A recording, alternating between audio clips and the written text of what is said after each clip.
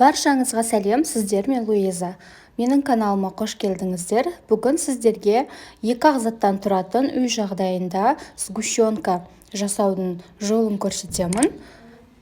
Видеоның соңына дейін қарап, лайк басып, комментарий жазып, арнама тіркеліп кетуді ұмытпаңыздар. Бізге қажетті заттар 1 литр сүт және 350 грамм шекер қажет болады. Сүтімізді темір ыдысқа құйып аламыз. Сүтті магазиннің сүті де және үйдің қолдың сүті де жарай береді. Түбі қалың, асты күймейтін де ыдысқа сүтімізді құйып, отқа қоямыз.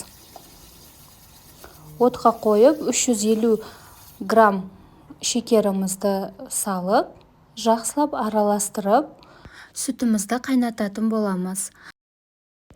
Сүт қайнап шыққаннан соң тағы да 20-25 минут қайнатамыз.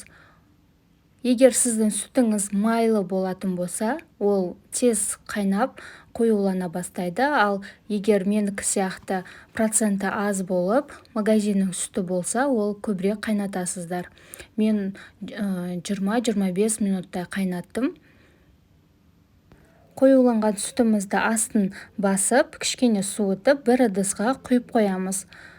Сосын 4 сағатқа морозилкаға сақтаймыз.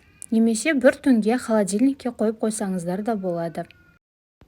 Сгущенканы мен бір күнге холодильникке қойып қойдым. Міне осындай болып шықты. Түсі сарғыштау болып шықты.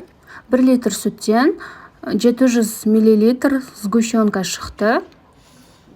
Енді бұны шаймен қосып іше беруге де болады, немесе торттардың креміне қолдануға да болады. Міне осымен біздің сгущенкамыз дайын. Астарыңыз дәмді болсын. Сіздермен болған Луиза. Менің каналыма тіркеліп кетуді ұмытпаңыздар. Лайк, комментарий жазып қалдырыңыздар. Сау болыңыздар. Келесі видеоларды жіберіп алмас үшін қоңырауша белгісін басып қойыңыздар.